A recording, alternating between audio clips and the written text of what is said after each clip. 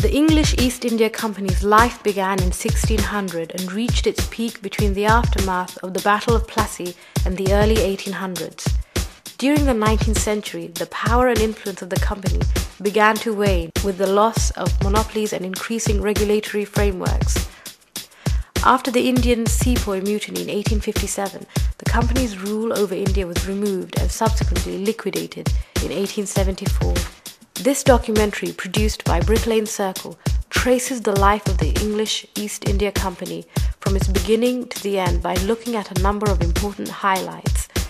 The East India Company operated for more than 250 years.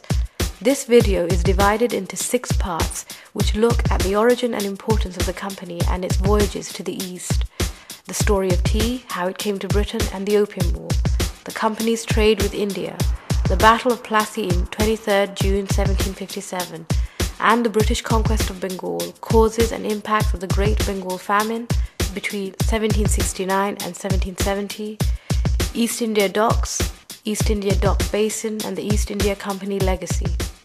The East India Company, I think, is important for 3 main reasons. One, in terms of the course of economic history. Second, in terms of the impact it had on London and Britain in general. And third, its impacts in Asia. So if we deal with the first one first. In terms of economic history, when the East India Company was set up in 1600, England was a very poor, marginal kingdom on the northwest of Europe. The wealth of the world existed to the east, in China and in India. When the East India Company was finally wound down in the 19th century, that had been transformed.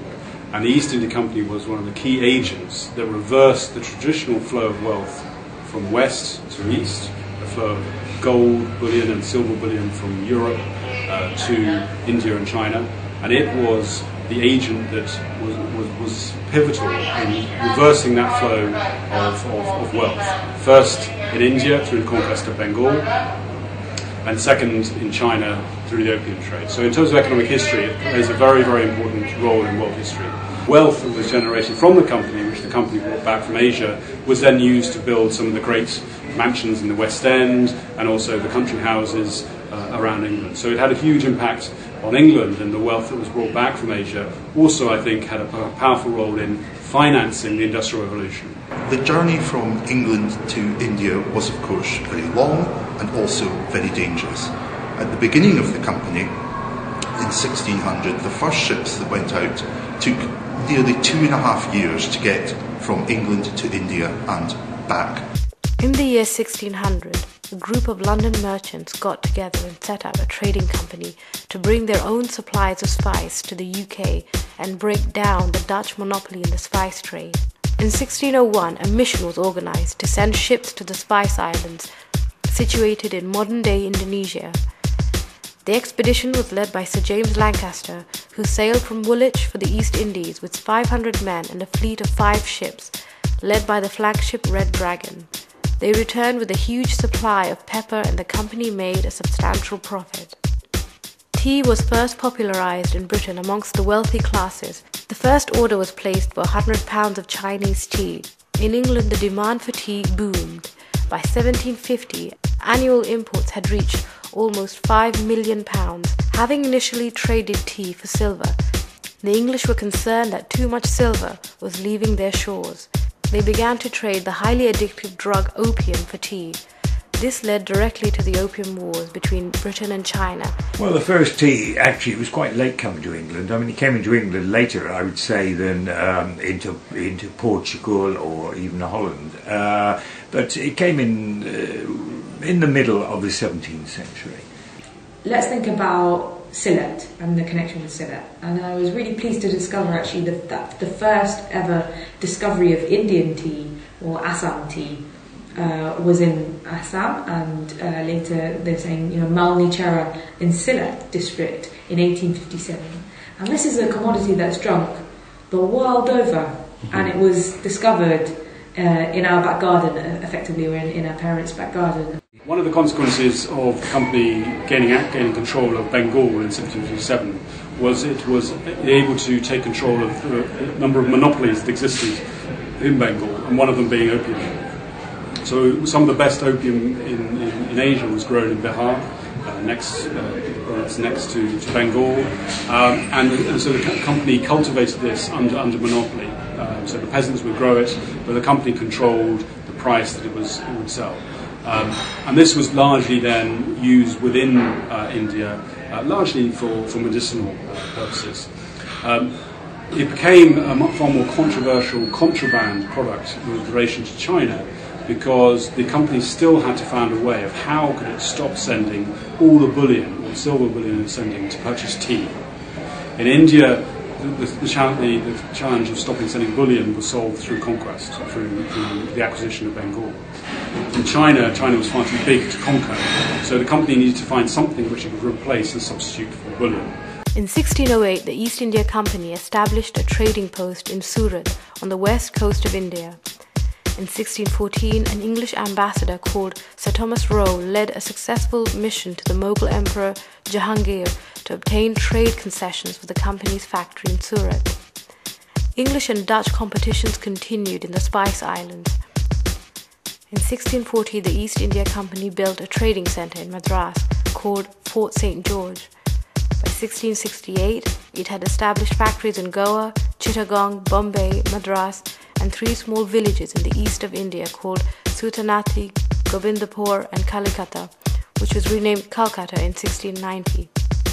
The major factories became the walled forts of Fort William in Calcutta, Fort St. George in Madras, and Bombay Castle. A firman, a trading treaty with the Mughal Empire, and that gave it duty-free access to the Mughal Empire across India.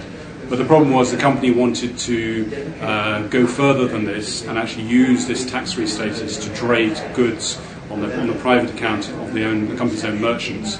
And this abuse of its trading privileges, this sort of tax abuse, plus other sensitive issues, led to the conflict with the Prince of Bengal in 1757, which resulted in the capture of Calcutta by the forces of the Nawab of Bengal, Suraj Ad-Daula, and then the company's attempt to retake Calcutta and also to restore and improve its trading position in Bengal, which culminated in the Battle of Plassey, the 23rd of June, 1757, which is often seen as one of the greatest military conflicts of the British Empire, or what I'd like to see really as the company's best business deal. It had already bribed one of the leading merchants of Bengal, Amir Chand, and also bribed one of the Bengal's leading generals, Mir Jafar, to come over to the side of the company's much smaller forces.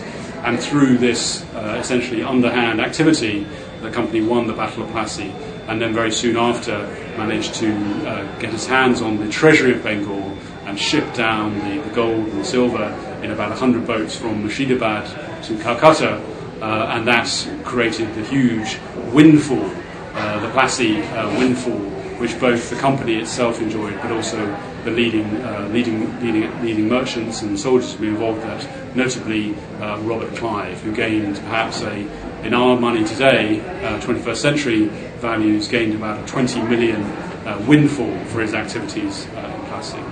Clive was led into the large chamber where fabulous wealth glittered all around him. King Solomon's mines could not have been more resplendent. In addition to his 2 lakh under the treaty, Clive was given a personal gift by the new Nawab of 16 lakhs. Altogether, he took some £230,000. At today's value, a colossal fortune, worthy of an English duke.